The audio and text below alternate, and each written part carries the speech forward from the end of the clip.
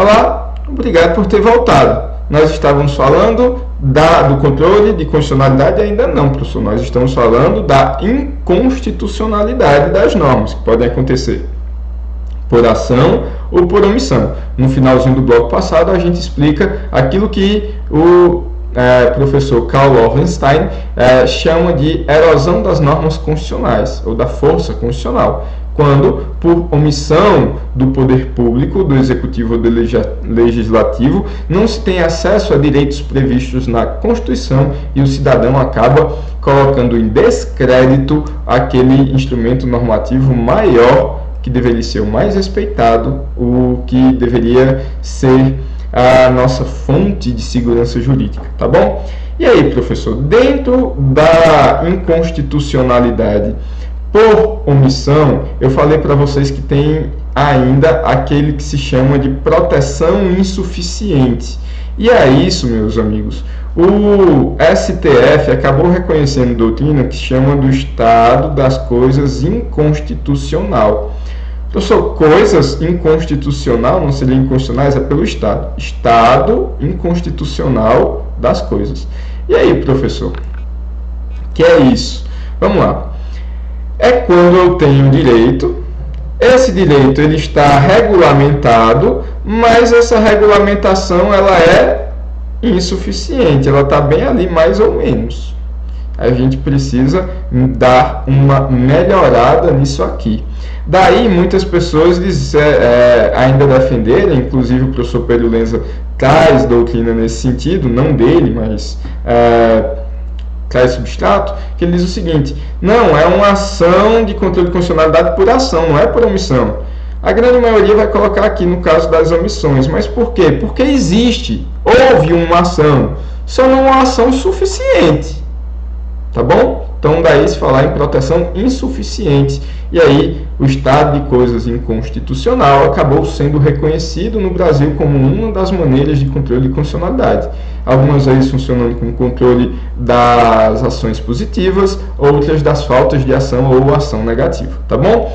O fato é que quem reconheceu, na verdade, onde o STF reconheceu a ADPF no Brasil, inclusive fazendo citação da doutrina do professor Daniel Sarmento, foi na ADPF 347, que tratou sobre a superlotação dos presídios. Nossa Constituição diz que todos têm direito à dignidade da pessoa humana, direito à vida, direito à saúde, direito a um tratamento justo do Estado, e infelizmente boa parte dos presídios espalhados por todo o nosso país não tem condições de sanidade básica, não tem acesso à saúde, não tem acesso a condições dignas. Então é uma série de direitos e garantias fundamentais que são feridos segundo o julgado do STF no dia a dia. E claro, não vamos fechar e tentar tampar o sol com a peneira. Não é porque são cidadãos que cometeram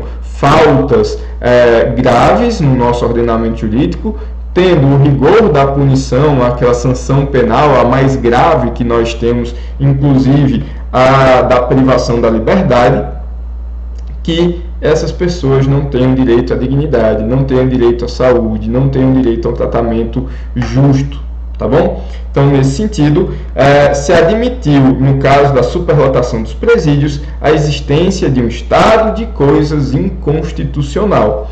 E aí, pessoal, tentando explicar um pouco o que é esse estado de coisas inconstitucional, o STF reconhece ali pela doutrina do professor Daniel Sarmento que, para se concretizar um estado de coisas inconstitucional, primeiro se precisa de um pressuposto fático, que revele uma violação generalizada. Então, não é uma violação só, porque só uma violação só, eu tenho ali um ato ilícito cometido por um agente penitenciário, por um juiz, por alguém do Ministério Público, quem quer que seja, pelo sistema, ok? Mas é um ato, eu vou atrás de punir os responsáveis. Se eu tenho dentro do Estado, vamos supor que no Brasil todo o sistema penitenciário tivesse perfeito, agora eu descubro abusos em uma penitenciária específica, sei lá, vamos supor que fosse um caso em 1000, um caso que ficou bem emblemático, de uma juíza que mandou prender uma adolescente na mesma cela que não sei quantos homens maiores de idade já estavam lá, e a adolescente acabou sendo violentada, uma adolescente do sexo feminino. E aí, professor, tá bom, um caso, eu vou punir os responsáveis, não é falta de norma, não é falta de uma conduta maior, um planejamento, não, foi uma pisada de bola de uma pessoa, pisada grave, né? Não estou passando pano para a juíza não, pelo amor de Deus. Mas a gente vai resolver no caso específico. No estado de coisas inconstitucional, não posso falar de um caso específico, tem que ser algo generalizado. Mais do que isso, sistêmico. Acaba fazendo parte do próprio sistema, como no caso da superlotação dos presídios. Então, uma violação de quê, professor? De direitos fundamentais. Então, que a gente destaque isso. Não é uma violação qualquer, é uma violação de direitos fundamentais, tá bom? Então, uma violação de direitos fundamentais que seja generalizada, que seja sistêmica, que afete um número elevado e indeterminado de pessoas que vão ter os seus direitos fundamentais tolhidos, tá bom? Além disso, precisa de um fundamento político. Que fundamento político é esse, professor William?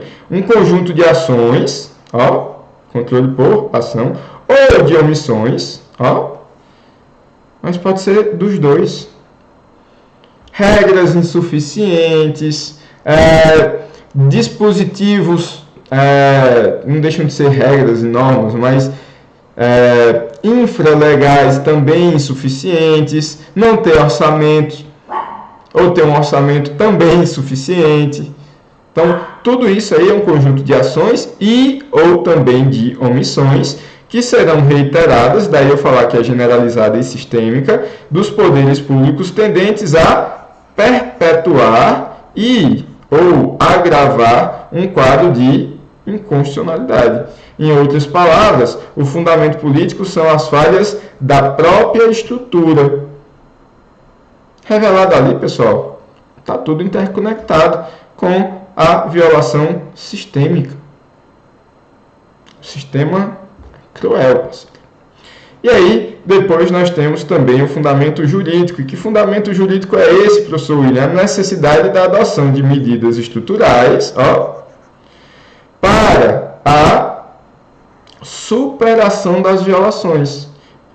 O STF só vai poder reconhecer, o Poder Judiciário só vai poder reconhecer um estado de coisas inconstitucional se de fato houver algo que possa ser feito na interpretação ou numa medida extrema, cautelar, liminar, chamem como quiserem, tem diferenças, mas que o poder público possa agir, o Poder Judiciário possa agir para resolver esses problemas.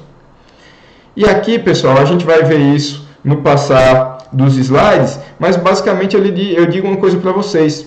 Aqui, essa doutrina do estado de coisas inconstitucional reconhece no Poder Judiciário o poder mais neutro.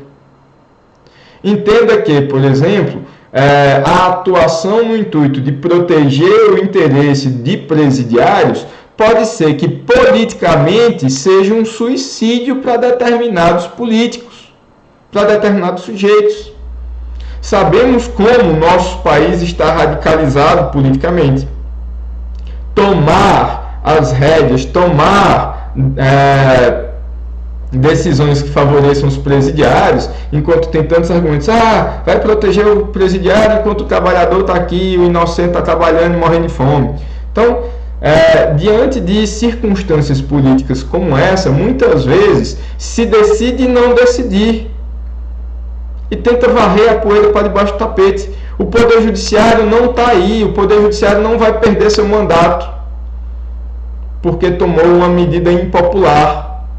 É claro que hoje em dia tem pressões de tudo que é jeito, das redes sociais, da mídia, controle disso, daquilo outro, mas nas urnas, uma decisão polêmica pode eleger ou pode acabar com a carreira política de um candidato ao executivo ou de um candidato ao legislativo. O que é que vai fazer com o pessoal do judiciário? se ele está fazendo cumprir a lei, se ele está fazendo cumprir a Constituição. Tá bom? Então, a gente segue nesse debate no próximo bloco, ainda sobre o estado de coisas inconstitucional. Até daqui a pouco.